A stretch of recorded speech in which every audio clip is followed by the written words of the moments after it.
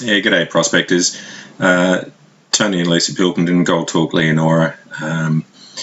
And everyone's sort of panicking a bit with the coronavirus and you name it. So I thought what we'd do is just put a few little videos up, and this is a bit of a test to see how it works, because I'm testing my boundaries with using a little bit of computer technology. I prefer diesels to computers, but anyway, I was really lucky, or we were really lucky last year, 2019. We were asked to do a little presentation for the Apple AGM here in Leonora, and I just thought I'd run through it again. And as I said, it's a bit of a test to see how this thing works, and so we can get our things right for the little, I think they call them webinars or whatever we're intending to do. But it may be of interest, and I'm sure there's plenty of you there that are pulling your hair out wanting to get out bush.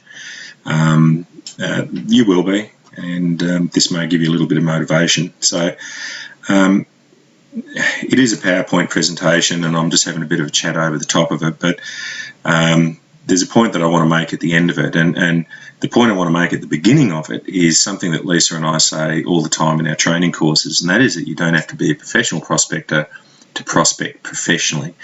What we're not trying to do is turn you into a professional prospector, unless that's the way you want to go, in which case my strong advice is don't do it, whatever you do. However, even if you come away for 2 weeks of the year, or 3 weeks of the year, or 3 months of the year, it's always better when you find gold. You get lots of people saying, oh, they're here for the birds and they're here for the sunsets, and all that stuff's great. But having had plenty of times when I get no gold and plenty of times when I do, I actually prefer it when I do get gold. And our opinion is to be successful metal detecting and to prospecting is to understand what sort of an industry it is that you're in, and understand that there's all different ways to skin a cat, as it were. And I just wanted to give you a couple of little examples. This is one of our shows. It's only about 10 k's out of town, and a little mine called Flanders. And this is sort of typical of any goldfield setting, and you can see the old-timer shafts. I'm going to try and use the cursor. I don't know how that'll work, but you can see the old-timer shafts here and up here. So we happen to be working with our equipment, and as I said, Lisa and I are professional prospectors. We use earth-moving equipment to make life easier. Basically, I'm a lazy bastard, and I'm not going to be digging holes by hand. So we were working only about 3 kilometres away from this, and the project was coming to an end. This was something that we had tucked away for a rainy day, which we'd never really done a lot with other than just some basic sampling. So what we did is we just started picking up some of the quartz float around here. This was sort of a hydrothermal based mine, so the gold was in the quartz, and we proved that by picking up little bits of quartz, dollying it up, which I'll show you in a second, and then panning off. So we use wet gravity concentration with a little loaming dish to see what the results are. And eventually what we found is that the stone, that is the quartz, was grading really well. We did some exclusion sampling, so we were checking out the other rock types and the surrounding host rocks, and none of that carried gold. It was strictly the quartz veining. So that's what we were targeting. And yeah, okay, we've got equipment which has taken a lot of years to put together, and keep in mind that we are making a living out of this. But basically you can see the old-timer shaft here, and that was about a bit hard to tell. I mean, I'm going by the dropped rock theory, probably about a 90 or 100 foot shaft, vertical. And you can see where the old timers have broken through here. Basically, from sort of around that, underneath that collar down, is a big quartz vein, and it comes out and then pinches out about here. That's probably about 12 metres from that point to that point. So the old timers, they're coming out, that they were sinking a shaft down and then drives out into the ore. What we were doing, and it's not particularly efficient, but We don't employ people. It's pretty straightforward. So what we were doing is we were pulling dirt out with the excavator. We were then feeding it out onto the ground and hand sorting it. And what you can see in the bucket there is all the quartz rock as we pull it out. So the idea of this is that, I mean, look, we could have wound up with a couple of 100 tonnes of mediocre grade, but by taking out the barren material, or the bulk of the barren material, that is, we're choosing the stuff that's carrying, that's got the grade. What we're doing is we're not diluting the head grade, we're not diluting the overall grade, so we might only wind up with 50 tonnes of high grade, and it's a hell of a lot better than processing 500 tonnes of average grade, especially with a small prospector's operation. So for us, an extra few days work is not a problem, and the best part of it, Lisa did most of that anyway, so you'll see there's a couple of videos up on our YouTube channel of that as well. And this is back in our yard in Leonora, but you can see here the sort of stone that we collected, just beautiful quartz vein, lots of magnetite, lots of black, lots of white. I think the thing is with gold prospecting, and it's one of the best things I can sort of advise people, a lot of people want to get caught up in the geology of it, and there's a very good saying, there's a lot of good sayings, but one of the good ones is that prospectors find gold and then geologists tell you why it's there. The thing is, you don't need to be a geologist, you don't need to be a rocket scientist, you do need to be thorough, and that's, I think, part of the key of prospecting, as well as being a bit lucky and right place, right time, and a few things that you can't control. But really it's a case of dollying up this stone and looking for the gold. The dish never lies. So anyway, basically back at the yard here, we've got X amount of tonnes going at a pretty good grade, and you can see here that this is the stone here, this is the quartz vein. A lot of people say, oh, you know that there'd be gold because there's black and there's white and there's minerals and everything else, but I've also seen similar grade in what we call buck quartz, where it's just sort of a pure white. I try not to assume anything. Usually when I've made mistakes, and I've made plenty of those, it's when I've assumed where the gold will be. But basically when this is crushed up into a fine powder and it's washed, this is what you get. So that's a little bit of gold in the dish. Very fine, but plenty of it. So that kind of work is something that Lisa and I do a bit. We're always on the lookout for little veins, little pockets. It might only be 50 tonne here, 20 tonne there, 100 tonne here, but just something where it's fairly high grade. We've got the equipment. We're not interested in going down 50 metres. The mines department will never let you do that. Probably about 7 metres, 8 metres is all you're ever going to be allowed to dig anyway in depth. So we're always on the lookout for those little reefs to dig and put to one side. The second part, or another part of this story, is a little place called the Sunday Mine, because the thing is, as you pull these little deposits out, you've got to have somewhere to process it. And the Sunday Mine was an interesting one. We picked that up, 2 or 3 years ago through the Warden's Court.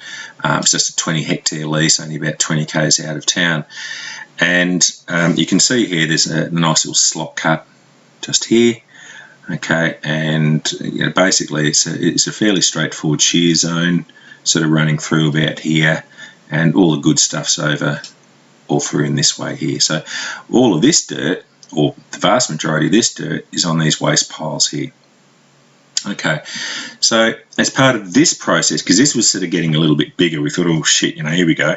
A good way to go broke having a gold mine. So we just went about it in a prospector's fashion. And don't forget, like, as a prospector, what was it, about $354, let's say $360 to peg it, and about $300 a year to keep it in sort of rents rates. I mean, it was bugger all, and anyone with a WA miner's right basically can do something like this. You just got to know how to do it. And I suppose that's jumping around a fraction, but that's that's the point I always sort of want to make. A lot of people only look at the metal detector and say that's the be all and end all. And look, metal detectors, there's no doubt about it, they're the second easiest way to make a buck out of prospecting. But it's one of those things that anyone can get ground and work it. It's just about knowledge, and that's one of the reasons we run the training courses, is because we like to part knowledge and get people, if they want to, going down these paths. And it may not just be yourself. I mean, prospecting is usually a pretty friendly sort of business, and it might be with a few mates, so just to share the costs out and sort of share the fun around as well. Anyway, so this is the Sunday mine, and if you have a look at these waste piles here, you can see here there's probably, at my guesstimate, my ballpark is around 150,000 tonnes.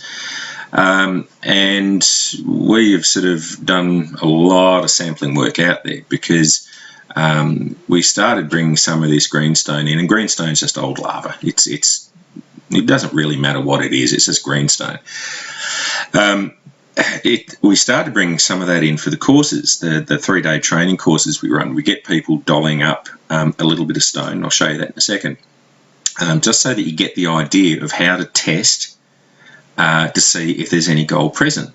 The thing is, a metal detector will test the ground to see if there's any nuggets, and your dolly pot and your loaming dish will test a rock or dirt to see if there's any gold present. It's just smaller quantities.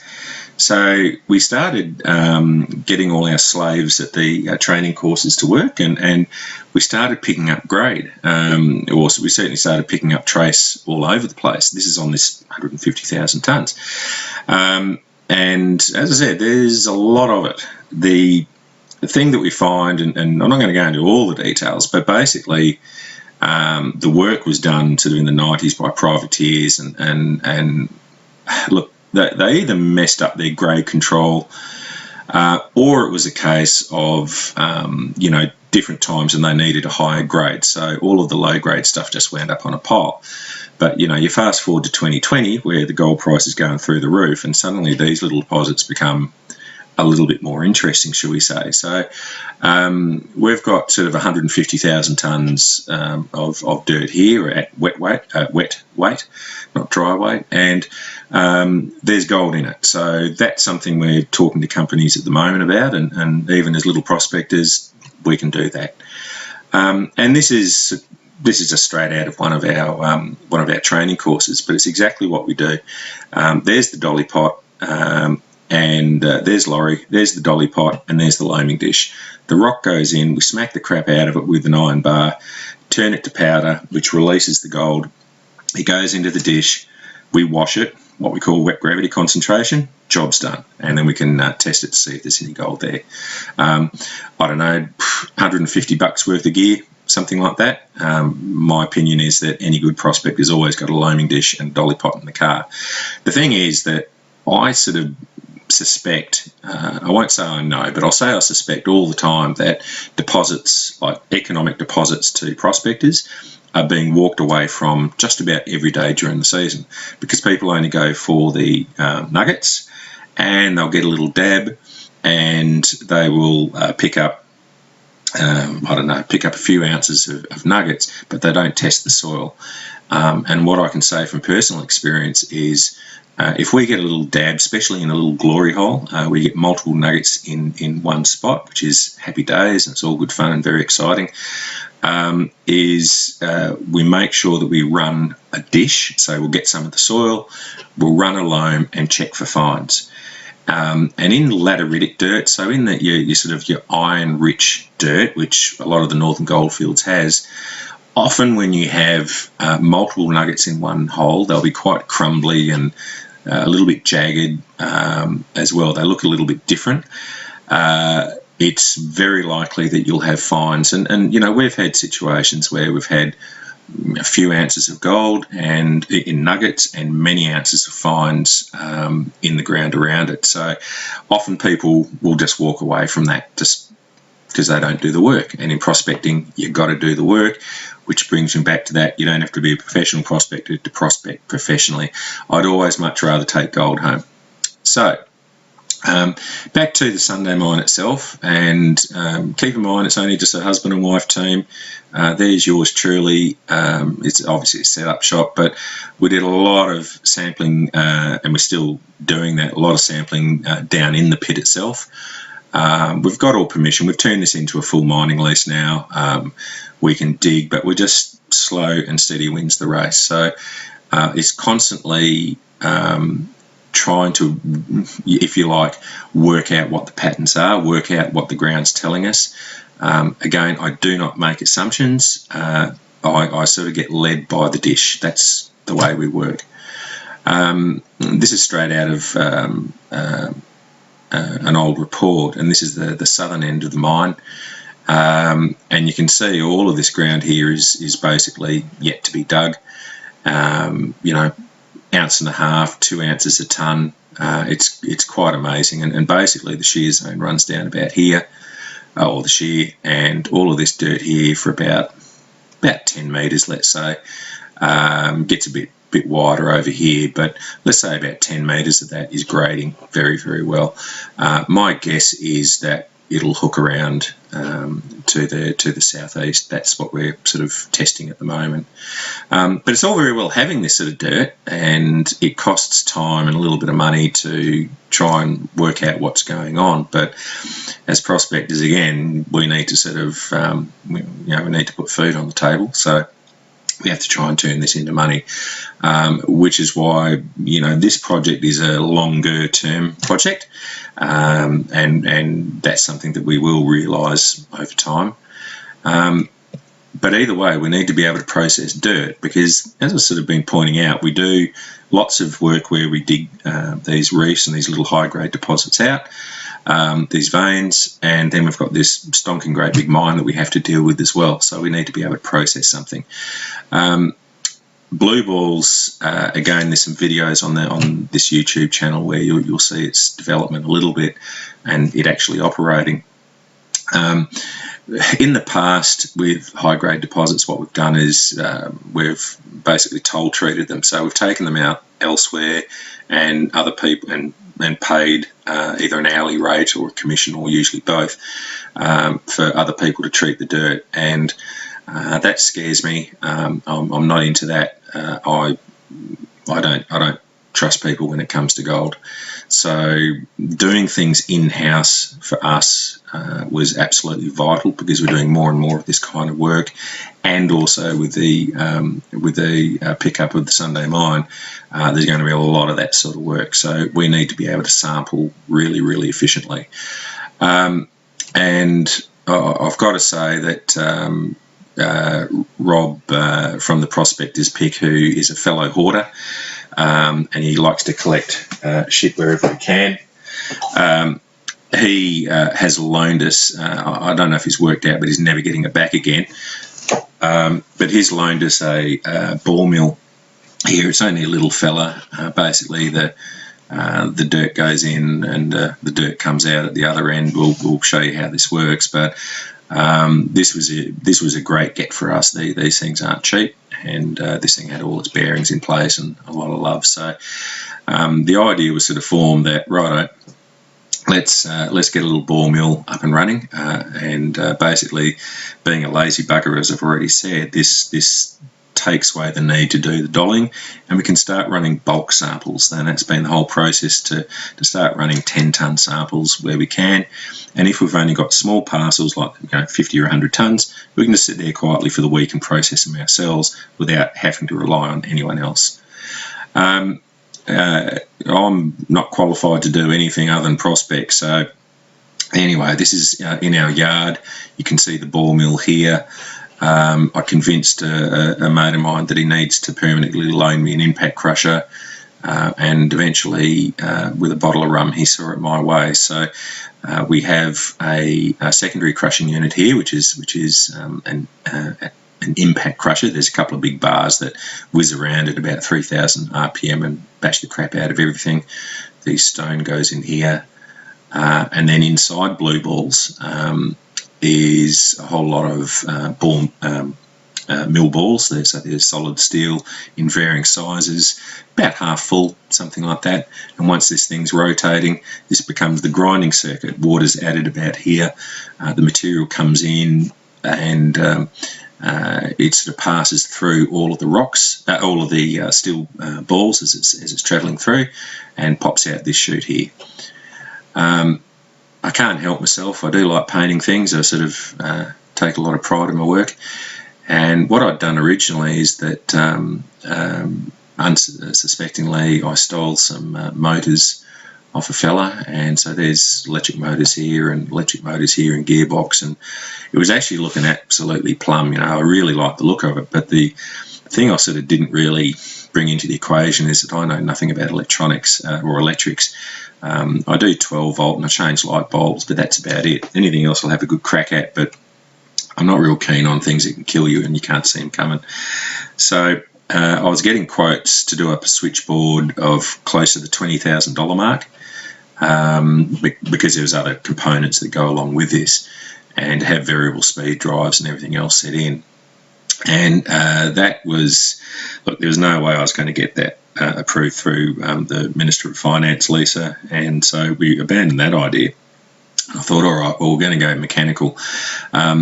And asking around Leonora, there's always bits and pieces floating around, so I picked up an old 4-cylinder diesel out of I think it was a 1970 something or other Ford Trader, and it was still turning over and the compression wasn't too bad, so I thought, all right, we'll give that a bit of a go. I spent some time on it, built a frame up for it, made it look pretty, got the insides working again, and I thought, right, well, that'll just do nicely for to drive the ball mill. And you can see here it's looking a little bit different. Nothing like cat yellow to make something look good. The Dulux rebuild, as they say. It's water cooled, and as I said, a nice 4-cylinder diesel, more than enough grunt to turn the ball mill. And that ugly bugger in the background was me. So here you can see I'm just sort of mocking it up, because originally I had it set up with electric motors in this area here. So once again, the plans changed. So starting to frame it up, the motor had to sit about here, because there's drive shafts in the middle there to turn the chain to turn the ball mill.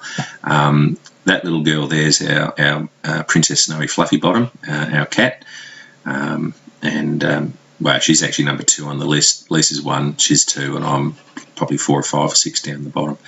So you can see here eventually it's starting to look a bit prettier. She's framed up, starting to get some covers on it, and this was our trials in the yard. We just wanted to see if the bloody thing would work. Again, on one of our YouTube videos, you'll actually see a live version of this, and it works a treat. We just set up a couple of recirc ponds. The stone is fed into the impact crusher. That turns it into sort of -2, -3 mil. And normally what you'd do is you'd have sort of a -20 mil feed into the ball mill, something around there, and then the ball mill does the rest. And the theory is that impact crushers are very high wear. The ball mill is relatively a cheap process, relatively. So you wouldn't have this secondary crusher. You'd have the primary crusher being a jaw crusher, and maybe in a mine you might have a cone crusher or a secondary, and then into the ball mill. But my logic was, being such a small ball mill, and because I was able to steal this off a friend of mine, borrow it for a significant period of time. My sort of theory is, well, let's sort of turn it to powder, even though this is going to be a little bit more maintenance to keep it running. Turn it into powder, and that's going to double or triple the productivity of the ball mill. So I'm sort of shooting for a couple of tonne an hour. If I can get to that stage, that's more than enough for us. The grade will always dictate whether that's going to be economic or not. And keep in mind that this is a gravity circuit, or a gravity recovery circuit, and that means we're not using any chemicals.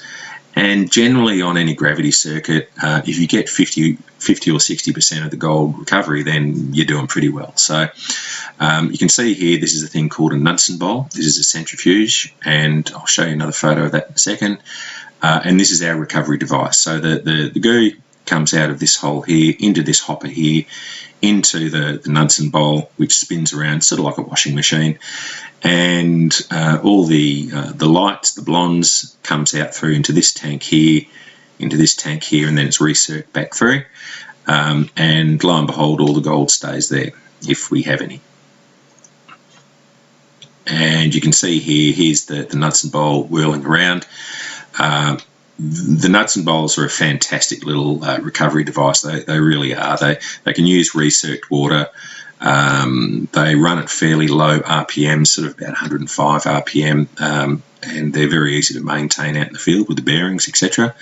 They're pretty much bulletproof, and they do a bloody good job of catching the gold. After the trials, I went to the trouble of putting some guards up, and you can see here's the yellowy bits and around there. I think a lot of prospectors don't worry about that. I think it's in these, in the year 2020, I think it's a bit silly not to. I mean, for one thing, I don't want anyone that I love catching their arms, and that includes myself, catching their arms and getting a permanent souvenir from the mill. And I think also is that you need to play the safety game a little bit. I think at least if you're showing that you're having a fair go at it, I think it's something that you must do in today's environment. You'll see here that all the chains are fully guarded underneath, and basically there's no way you can get your hands into it. And it looks pretty too. It's nice yellow. The equipment never stops, because what you wind up doing with the Knudsen bowl is getting a concentrate, probably about, from I'd say about a third of a bucket, but you're doing a clean out every hour or two, so you wind up with 20-30 kilos at the end of the day that you need to then process. We use this bad boy here. It's called a Gemini table, and basically it's still gravity, and what we have is the table that is working backwards and forwards. Again, there's a video on this. The material goes into here, into the hopper, is dropped down through here. It's split into two halves. That's why it looks like this coffin shape. It's just about increasing the productivity. The heavies move up the table because of the reciprocal motion, and the water works against it and runs all the material off to the lighter material off to the side. So basically you wind up with high grade ports at the end, your middlings here, and your waste material here. So we've got this set up in our gold room. Works an absolute treat. And so when we get buckets after a day's work, we can come in, put them through, and we can see what sort of gold we've got at the end of it. You can do the same thing with a little sluice setup. I don't think you need anything. These things are probably 30 grand to go and buy new. Not that I could ever afford that. We sort of got an old one and refurbished it. And some gold at the end of it. Of course, that's our cat, Princess Snowy Fluffy Bottom again, who runs our life. And the thing is that, and that's the point that I've been trying to make all along, is that any of you with a WA miners right can do this sort of thing. We're doing it on a slightly bigger scale because we need to, and we want to, and for us we have to get to a point where we are economical and making money. Sometimes when you're doing things as a hobby, it's not so much about making the money, as it doesn't have to be fully self-supportive. And that's what I'm saying. You can put some gear together. It may be a case of trying to pick up a decent lease, sampling that lease, maybe moving it on if there's nothing there, maybe getting a little bit lucky, picking up some ground with some old shafts on it. I mean, I do want to encourage people to metal detect, but I'm also trying to say that there's different ways of making money out there. There's some very good prospectors working full-time in the industry that do not metal detect. All their work's done with a dolly pot and a dish. It's just something worth thinking about. The last thing I sort of said on the APLA AGM was something that's sort of very important to me, and that is that they're always, because there's so many people getting into prospecting, there's always a bit of discussion, shall we say, sometimes a heated discussion about recreational prospectors and professional prospectors and pastoralists and prospectors and tourists and everything else. The thing is, I'd urge people not to worry about all that. It's the most prized possession I have is my WA miners right. You know, for the $26 that it costs and you keep it for life, what it gives me is opportunity. It gives me opportunity to put food on the table, put a roof over our head, and have a life full of adventure. And it's not really about the conflict. It's about the opportunities that WA Miners Right gives you. And whether you're a professional prospector or a tourist, it doesn't matter. We've got a miners right, and that is the thing that binds us all together. It's just something I hope that people remember. Anyway, watch this space and watch our little YouTube channel as it goes, and we get our little webinars up. We'll see how this has worked, and thanks very much for your time to listen.